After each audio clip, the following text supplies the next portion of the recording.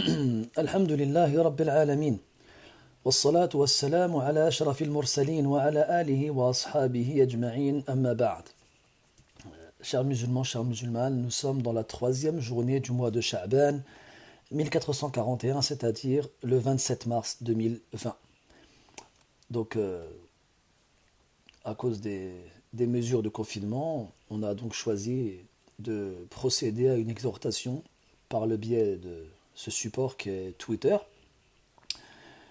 donc à la place du sermon du vendredi dont on a été privé. D'ailleurs, à ce sujet, j'aimerais faire un rappel bref sur certaines choses, parce que la question revient assez souvent. Les gens se demandent est-ce qu'ils peuvent faire le Jumu'ah chez eux, ou au travail pour ceux qui vont travailler, ou dans le cas où ils ne pourraient pas le faire, est-ce qu'ils prient la prière du vendredi, c'est-à-dire rak'atayn, 2 unités de prière à voix haute, ou bien est-ce qu'ils font dhuhr comme on le fait tous les jours normalement. Alors, chez l'ensemble des juristes dans notre religion, c'est-à-dire les grands imams de notre religion, on ne fait pas le Jumu'ah, soit à l'extérieur de la mosquée, comme c'est le cas chez l'imam Malik, ou bien quand le nombre est inférieur à 40 personnes, comme c'est le cas chez l'imam Ahmed, et d'autres bien entendu. Donc, on ne fait pas la prière du vendredi ailleurs qu'à la mosquée, et dans le cas où on pourrait le faire ailleurs qu'à la mosquée chez certains savants, tant que le nombre n'est pas supérieur à 40 personnes. Donc on ne le fait pas la prière du vendredi chez soi, en famille par exemple. Ça c'est l'avis majoritaire des savants de notre communauté. Après il existe d'autres avis, je ne le nie pas, je ne le cache pas, mais la sécurité demeure dans l'avis majoritaire, en général. Ensuite, donc dans le cas où on ne fait pas la prière du vendredi comme on le ferait à la mosquée, est-ce qu'on prie tout seul 2 unités de prière à voix haute, comme on le fait à la mosquée avec l'imam le vendredi en temps normal, ou bien est-ce qu'on fait dhuhr, comme on le fait tous les jours normalement? La réponse, c'est la deuxième. On prie dhuhr normalement, 4 unités de prière à voix basse, comme on le fait tous les jours. Ensuite, d'ailleurs, à ce sujet-là, j'invite et j'incite mes frères et sœurs musulmans et musulmanes, en ces périodes de confinement, à s'efforcer de faire la prière en groupe à la maison, en famille. Comme je les incite et je les invite aussi à faire l'appel à la prière chez eux. Al-adhan. L'appel à la prière, à la base, est ce qu'on appelle fard al-kifaya, c'est-à-dire c'est une obligation à titre communautaire. Lorsqu'une partie de la communauté s'en charge, elle n'est plus obligatoire pour le reste des musulmans. Le problème, c'est que depuis que les mosquées ont fermé, l'adhan, l'appel à la prière, n'est plus fait. Alors, il incombe aux musulmans de le faire. C'est pour ça que nous invitons et nous incitons les musulmans à faire al-adhan chez eux. Ils ne sont pas obligés de crier, ils ne sont pas obligés de faire vibrer les murs, mais au moins de faire al-adhan chez eux, comme ça l'obligation sera accomplie. Voilà pour les quelques règles concernant le vendredi. Donc, après ce discours-là, je vous invite à faire la prière de dhuhr normalement avec vos familles. Et bien entendu, d'ailleurs, à ce sujet-là, on va rappeler d'autres règles aussi qui sont importantes. Donc, l'imam, c'est forcément un homme, même s'il est seulement pubère, à partir du moment où il est pubère, même s'il est encore jeune, s'il a 11 ans, 12 ans, 13 ans, à partir du moment où il est pubère, ce sera lui qui dirigera la prière. Un homme, obligatoirement. Si il y a 2 personnes qui prient ensemble, et tous les 2 sont des hommes, alors l'imam se tient donc à gauche, et le ma'moum, celui qui prie avec lui, se tient à sa droite. Dans le cas où il serait plus de 2 personnes, l'imam se tient devant, et ceux qui prient avec lui se tiendront derrière lui. On n'a pas le droit de prier tout seul derrière l'imam. On appelle ça en arabe al-fadh. Donc la personne qui est seule avec l'imam se tient à la droite de l'imam, ne se tient pas derrière, sauf si c'est une femme. Si c'est une femme, à ce moment-là, elle se tiendra derrière. Et si on a plusieurs hommes et plusieurs femmes, alors les hommes se mettront derrière l'imam et les femmes se mettront derrière le rang qui sera derrière l'imam. Et si j'ai seulement un homme et une femme, et bien de la même façon, la femme se tiendra derrière. Voilà pour ce que je voulais dire concernant les règles de la prière en groupe et notamment de la prière du vendredi. Mais moi, je voulais vous parler aujourd'hui du mois de Sha'ban. Nous sommes dans le mois de Sha'ban. D'ailleurs, à ce sujet-là, j'aimerais attirer votre attention sur l'importance capitale pour les musulmans de se référer, de se baser sur le calendrier islamique, sur le calendrier lunaire. Bien entendu, on vit en France, et le calendrier utilisé comme référence est le calendrier grégorien, le calendrier solaire, on s'en sert tous les jours, d'accord. Mais le calendrier musulman a beaucoup d'importance, même dans les adorations. Par exemple, dans la sortie de l'aumône obligatoire, la zakat, que tous les musulmans doivent sortir une fois dans l'année lorsqu'ils répondent aux conditions de l'obligation, ils doivent se référer sur le calendrier islamique lunaire et pas sur le calendrier grégorien solaire. Donc il y a beaucoup de gens qui vont prendre par exemple comme date le 14 février, je vais dire n'importe quoi, et tous les 14 février, ils sortent leur zakat. Et c'est une erreur. Pourquoi ? Parce qu'il y a une différence de jours entre le calendrier lunaire et le calendrier solaire. Le maximum de jours qu'on peut avoir dans un mois lunaire, c'est 30. Alors que le maximum de jours qu'on peut avoir dans un calendrier solaire, c'est 31. Et la base dans le mois lunaire, c'est qu'il fait 29 jours. Donc ça crée un décalage entre les deux calendriers d'à peu près 11 jours par an. Donc celui qui sort sa zakat en se basant sur le calendrier grégorien solaire sortira sa zakat avec 11 jours à peu près approximativement de retard que s'il s'était basé sur le calendrier musulman. Donc il sera en retard. La deuxième chose, concernant donc le calendrier islamique, ça concerne beaucoup de règles dans notre jurisprudence, dans notre droit, le droit islamique, que ce soit au niveau de la détermination de l'âge de la puberté, que ce soit au niveau des menstrues chez les femmes, que ce soit au niveau de beaucoup de choses. Donc il est très important de connaître le calendrier islamique. Nous sommes dans le mois de Sha'ban. Le mois qui vient juste avant le mois de Ramadan. Et le mois de Sha'ban est un mois particulier dans l'année. Le prophète alayhi salatu wassalam lui a donné beaucoup de spécificités qui nous montrent à quel point ce mois-là est particulier. Parmi les spécificités que le prophète donnait à ce mois-ci, alayhi salatu wassalam, c'est qu'il jeûnait la grande majorité de ce mois-ci. Certains hadiths, certaines traditions prophétiques nous informent que le prophète alayhi salatu wassalam jeûnait la grande majorité de ce mois-ci. Il y a même certaines versions qui disent qu'il le jeûnait entièrement. Mais lorsqu'on nous dit qu'il le jeûnait entièrement, c'est une exagération pour nous informer à quel point le prophète sallallahu alayhi wa sallam jeûnait durant ce mois-ci. Et pourquoi est-ce que le prophète il jeûnait ce mois-ci autant ? Il a été dit que ce mois-ci est un mois auquel les gens n'accordent pas d'importance. C'est un mois dans lequel les gens sont insouciants. Pourquoi est-ce que les gens sont insouciants par rapport à ce mois-ci ? Parce que c'est un mois qui tombe entre le mois de Rajab, donc le mois précédent, qui est un mois sacré. Dans le calendrier musulman, nous avons 4 mois sacrés. Thalathatun sard wa wahidun fard. C'est-à-dire, on a 3 mois sacrés qui se suivent et un mois sacré qui est seul. Donc on a le mois de Dhul Qa'dah, le mois de Dhul Hijjah et le mois de Muharram. Et après, quelques mois plus tard, nous avons le mois de Rajab, le mois qui est passé juste avant que le mois de Sha'ban ne finisse. Et les mois sacrés, Allah y fait référence dans le Coran, il dit subhanahu wa ta'ala, Inna iddata ash-shuhuri 'inda Allah 12 shahran fi kitabillahi yawma khalaqa as-samawati wal ard minha arba'atun hurum. ذلك الدين القيم فلا تظلموا فيهن أنفسكم. Donc dans les 12 mois qu'Allah Ta'ala a créé, le jour où il a créé les cieux et la terre, il a mis 4 mois qui sont sacrés. Et Allah Ta'ala il dit, ne vous faites pas du tort à vous-même durant ces mois-ci, en sachant qu'il est interdit de se faire du tort à soi-même tout le temps. Donc si on nous interdit de nous faire du tort à nous-mêmes durant les mois sacrés, ça veut dire qu'on doit faire encore plus attention qu'on ne le fait en temps normal. Ce qui signifie que les péchés qui sont accomplis durant les mois sacrés sont décuplés et multipliés par rapport aux péchés qu'on accomplit en temps normal. Et aussi les bonnes actions, alhamdulillah. C'est-à-dire que les bonnes actions qui sont accomplies durant les mois sacrés, elles aussi, leurs récompenses sont multipliées et décuplées par rapport à celles qu'on fait en temps normal. Et pourtant, donc il est bien de faire des bonnes actions durant les mois sacrés.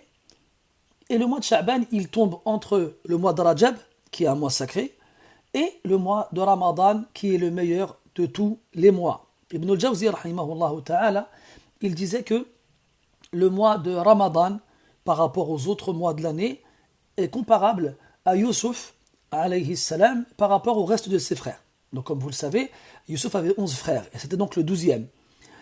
Et le mois de Ramadan est un mois parmi les 12 mois de l'année. Donc le statut, le rang du mois de Ramadan par rapport aux autres mois de l'année est comparable au statut de Youssouf alayhi salam par rapport au reste de ses frères.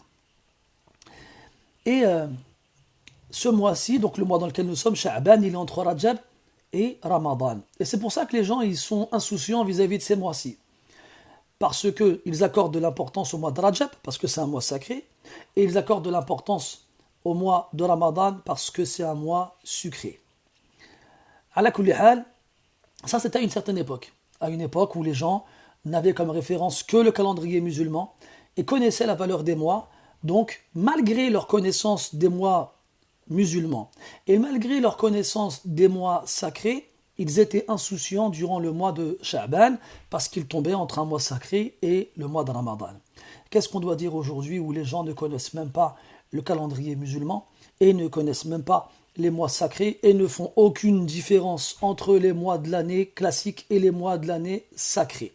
Encore heureux, un petit peu, on va dire, bon, on va pas exagérer, il ne faut pas non plus voir le verre à moitié vide, mais les musulmans continuent à accorder de l'importance au mois de Ramadan. C'est-à-dire qu'ils font plus d'efforts dans l'adoration durant ce mois-ci qu'en dehors de ce mois-ci. Mais malheureusement, en dehors de Ramadan, les mois et les jours n'ont pas de différence chez beaucoup de gens, malheureusement. Et donc le mois de Sha'ban dans lequel nous sommes entrés le 3e jour, nous sommes aujourd'hui, comme je l'ai dit tout à l'heure, est un mois dans lequel les gens sont très peu attentifs et sont beaucoup insouciants. Et d'ailleurs, il a été rapporté que les adorations qui sont accomplies dans les moments de forte insouciance ont une valeur spéciale auprès d'Allah subhanahu wa ta'ala.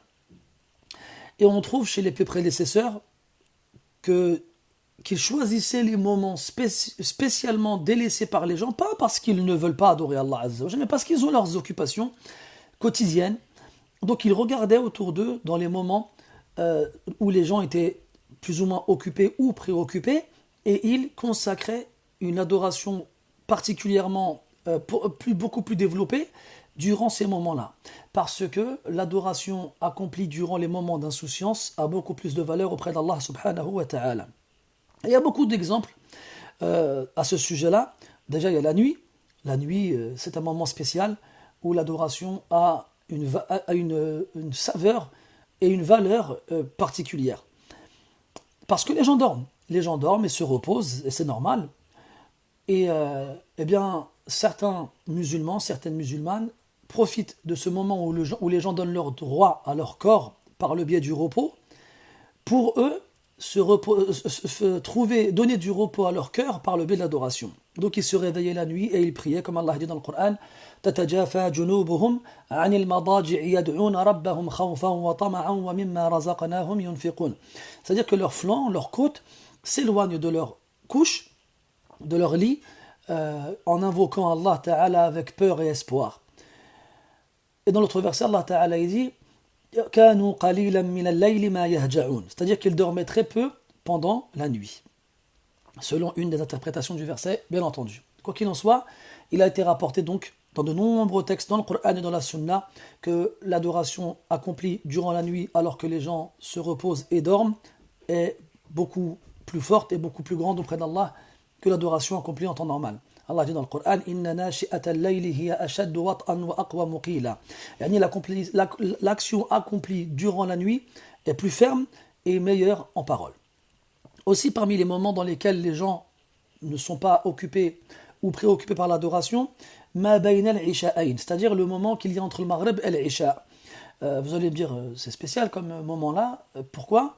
Parce que justement, au coucher du soleil, les gens accomplissent la prière de le maghrib, puis ils rentrent chez eux pour généralement se sustenter, ils vont donc manger, ils vont se reposer jusqu'à la prière de l'isha où ils vont aller prier et après aller dormir. Ça, c'était une certaine époque. Aujourd'hui, les gens ont des emplois du temps différents et aiment bien veiller et se coucher tard. Alors que le prophète, alayhi salatu wassalam, détestait veiller après l'isha dans quelque chose qui ne lui était pas utile. Quoi qu'il en soit, les salafs, les plus prédécesseurs, rahmatullahi alayhim, remplissaient le moment qu'il y a entre le maghrib et l'isha de prière. Ils priaient beaucoup en ce moment-là parce que c'était un moment dans lequel les gens généralement ne priaient pas. Parmi les moments aussi où il est bien d'évoquer Allah subhanahu wa ta'ala dans les marchés. Dans les marchés, pourquoi? Parce que dans les marchés, les gens ils sont occupés à vendre, ils sont occupés à acheter. Et c'est aussi, comme il a été rapporté dans un hadith, le champ de bataille et le quartier général de Shaitan, où il y plante son drapeau, son étendard, et où il appelle les gens à mentir, à tricher et à trahir. Et bien, à ce moment-là, où les gens ne pensent pas à évoquer Allah subhanahu wa ta'ala, et bien celui qui évoque Allah subhanahu wa ta'ala à ce moment-là, il aura une énorme récompense.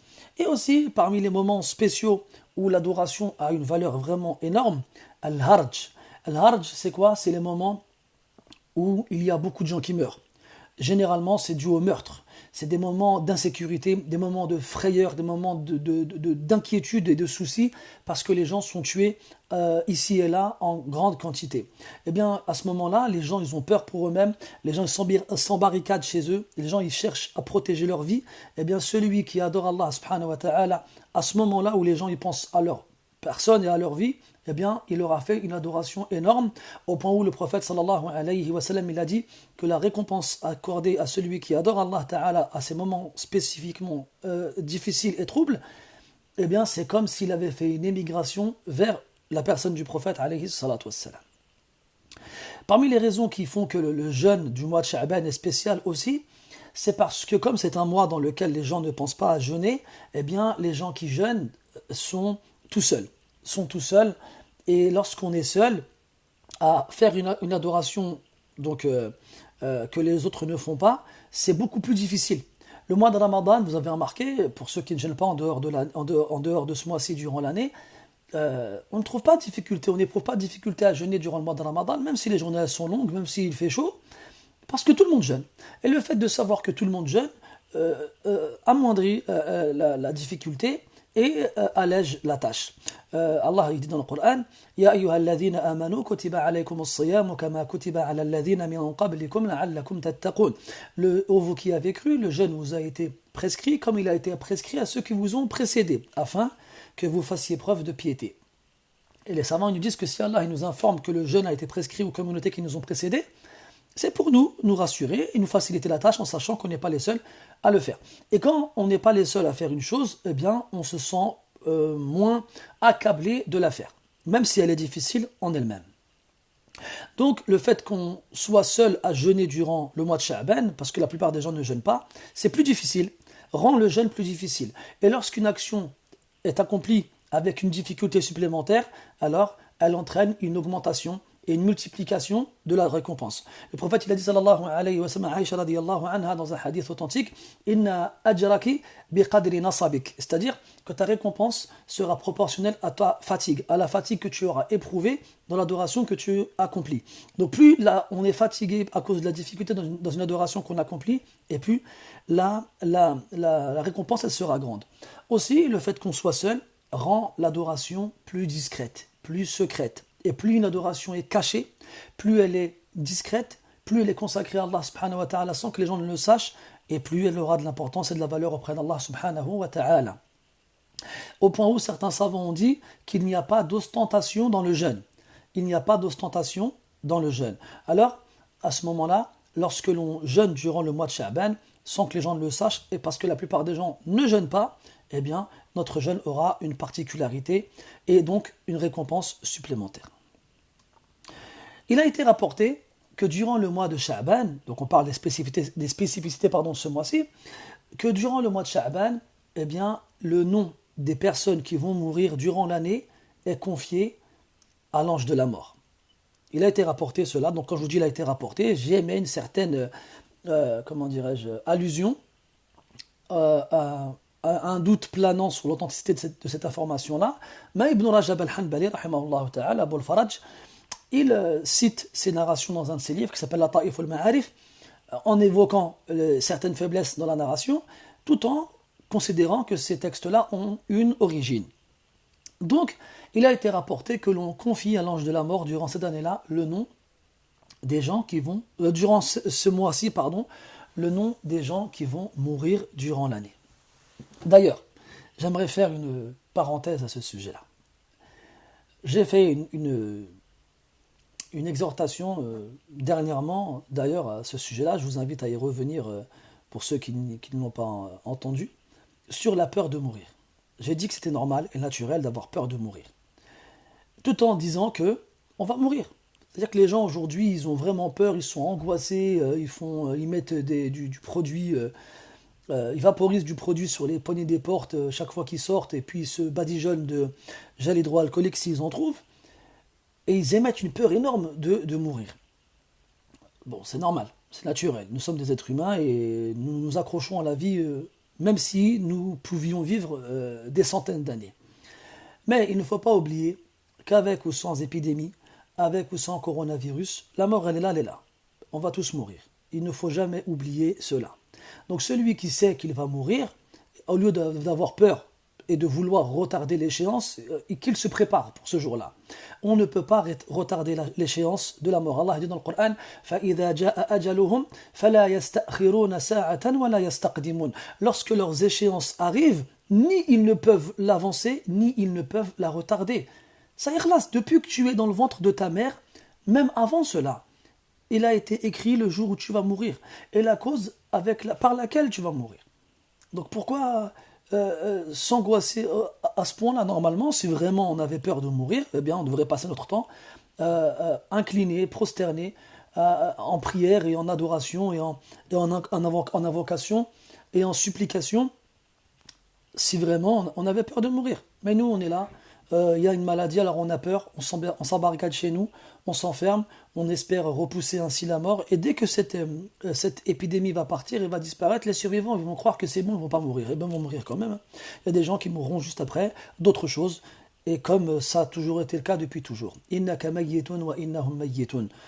Allah il a dit au prophète sallallahu alayhi wa sallam dans le Coran, tu vas mourir, et ils vont mourir. Refermons cette parenthèse.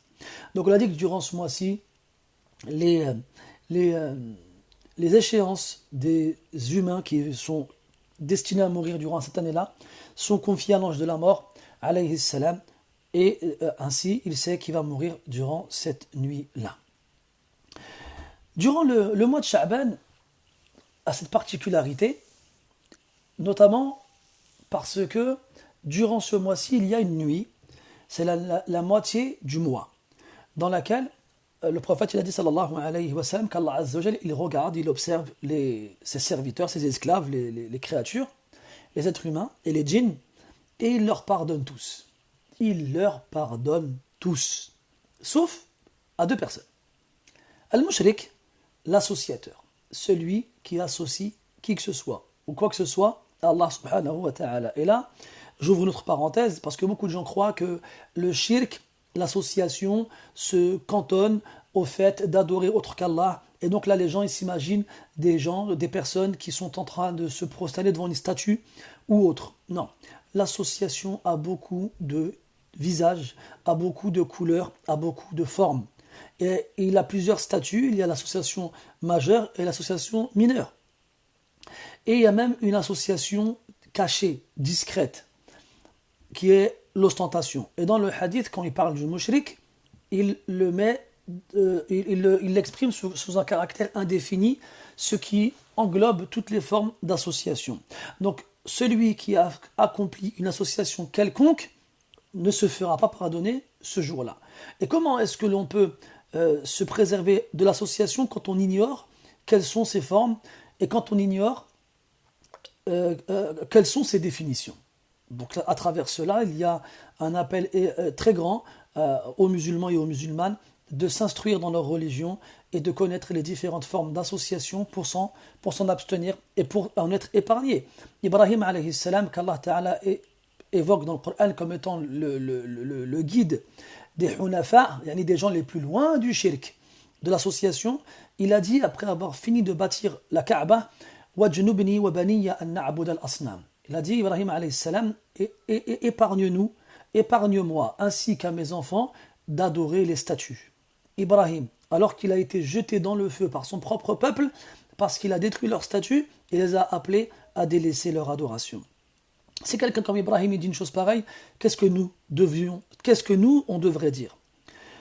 Donc il y a deux types de personnes à qui Allah ne pardonne pas durant cette nuit-là, le mushrik et al-mushahin. Al-mushahin, ça vient de shahna. Et al-shahna, c'est la rancune.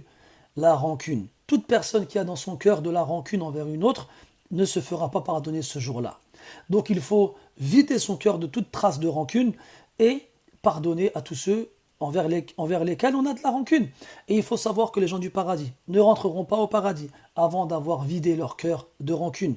Allah dit dans le Coran وَنَزَعْنَا مَا فِي صُدُورِهِم مِّنْ غِلٍّ, et nous avons retiré de leur poitrine toute trace de rancune. Al-ghil, c'est tout ce qui est rancune, rancœur à l'égard des autres. Personne ne posera un pied au paradis tant qu'il aura de la rancune dans son cœur envers quelqu'un d'autre. Et ceux qui sont ici-bas, qui veulent aller au paradis, eh bien s'efforcent d'accomplir les actions des gens du paradis ici-bas, avant même d'y entrer. Comme ça, eh bien c'est comme si leur passage dans ce bas monde ressemblera à leur résidence au paradis. Et dans deux versions du hadith, il y a deux autres catégories qui sont rajoutées. Bon, c'est des versions du hadith qui sont faibles, mais on les cite quand même. Une qui fait référence au meurtrier, qatilun nafs, et l'autre qui fait référence aux zani, aux fornicateurs. Donc, ces catégories de personnes-là qu'on a évoquées ne se feront pas pardonner durant cette nuit-ci.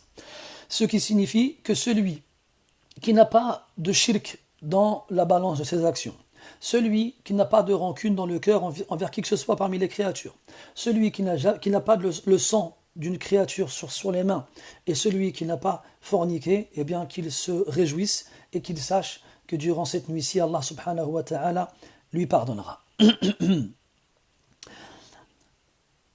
Et donc, durant ce mois-ci, le mois de Sha'ban, il y a beaucoup de choses encore à dire, on ne va pas toutes les évoquer non plus, on n'est qu'au début du mois, peut-être qu'on aura l'occasion d'en reparler plus tard, Inch'Allah ta'ala. J'aimerais lancer un appel aux personnes qui, durant le mois de Ramadan de l'année précédente, pour des raisons valables bien entendu, n'ont pas pu jeûner. Et là je fais référence à qui? Aux voyageurs, parmi les hommes et les femmes, aux personnes malades, dont la maladie les empêchait de jeûner, parmi les hommes et les femmes, et aux femmes particulièrement qui ont eu leur menstru, ou bien qui ont accouché, ou bien qui étaient enceintes, ou bien qui allaitaient. À toutes ces personnes-là, à qui il manque des jours de jeûne du mois de Ramadan de l'année dernière, et qui ne les ont toujours pas rattrapés, c'est la dernière occasion que vous avez pour les rattraper. Parce que si vous ne rattrapez pas vos jours qui vous manquent de l'année dernière, eh bien sachez que vous devrez toujours les rattraper après le mois de Ramadan, que vous aurez un péché parce que vous n'avez pas rattrapé vos jours dans la bonne période, et enfin, vous aurez une rançon. C'est-à-dire vous devrez payer avec chaque jour manqué une rançon qui correspond au fait de nourrir pour chaque jour manqué un pauvre. C'est ainsi que nos juristes, que nos savants l'ont évoqué dans leurs ouvrages. Donc je répète, toute personne qui a des jours de jeûne en suspens depuis le Ramadan dernier et qui n'ont toujours pas été rattrapés, si jamais ils ne jeûnent pas durant ce mois-ci en ayant l'intention de les rattraper, eh bien qu'ils sachent qu'ils devront les rattraper après le mois de Ramadan qui va arriver, et qu'ils auront un péché pour ne pas avoir rattrapé leur jour avant la date limite, et qu'ils devront s'acquitter d'une rançon, d'une fidya, qui consiste à nourrir pour chaque jour manqué un pauvre. Tenez-les-vous pour dit, vous n'aurez pas d'excuse devant Allah subhanahu wa ta'ala lorsque vous direz que vous ne le saviez pas. Et enfin, je finirai sur deux hadiths qui en apparence se contredisent, mais en vrai ne se contredisent pas. Le fait que le prophète alayhi salatu wassalam ait interdit de jeûner après la deuxième moitié, la première moitié de ce mois-ci. C'est-à-dire en gros, il y a un hadith où le prophète il interdit de jeûner le mois de Sha'ban après la première moitié, donc après le 15e jour. Et il y a un autre hadith où le prophète il nous interdit de jeûner 2 jours avant la fin du mois. Et après, bon, je vous passe le détail sur la divergence des savants sur l'authenticité de ces narrations-là. Certains qui disent que le premier il est faible, d'autres qui disent que ils trouvent un moyen de dire qu'il est correct et donc ils font un regroupement entre les deux. Mais quoi qu'il en soit, la personne, en fait, ces hadiths-là, Inch'Allah Ta'ala, ils sont corrects, mais ils correspondent à différentes catégories de personnes. Celui qui jeûne régulièrement durant l'année, il peut jeûner jusqu'à la fin du mois et il s'arrête un jour ou deux avant le mois de Sha'ban et pour montrer une séparation entre le mois de Sha'ban et le mois de Ramadan. Quant à celui qui ne jeûne pas régulièrement, alors il s'arrête à la première quinzaine du mois et il profitera de ce qui reste du mois pour se renforcer, pour prendre des forces avant de commencer le jeûne du mois de Ramadan. Wallahu ta'ala a'lam. Et on va se contenter de cela pour aujourd'hui, Inch'Allah ta'ala. Je demande à Allah Azza wa Jal de bénir notre temps. Sachez que le temps est un témoin pour ou contre nous. Et le jour du jugement, Allah Azza wa Jal nous interrogera sur chaque jour passé. Al-Hassan al-Basri rahimahullah ta'ala disait: ô fils d'Adam, tu n'es que quelques jours. Lorsque ton jour passe, eh bien une partie de toi s'en va avec lui. Et il disait aussi rahimahullah ta'ala: ton temps ici-bas n'est que 3 jours. Quant à hier, il s'en est allé avec ce que tu y as accompli. Quant à demain, il est possible que jamais tu ne l'atteignes. Quant à aujourd'hui, il est à toi, alors œuvre durant ce jour-ci et profites-en. Et le prophète disait alayhi salatu wassalam qu'il y a 5 choses dont on doit tirer profit avant 5 autres. Et parmi ces 5 choses-là, le temps libre avant le temps plein, avant l'occupation. Et Allah dans le Coran, il jure sur le temps. Wal asr, innal insana lafi khusr. Il jure sur le temps que l'être humain est voué à courir, est voué à la perdition, est voué à l'échec, est voué à périr.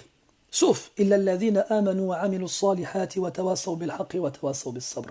Sauf ceux qui ont cru et ont fait des actions vertueuses et se sont recommandés mutuellement la vérité et se sont recommandés mutuellement l'endurance et la patience.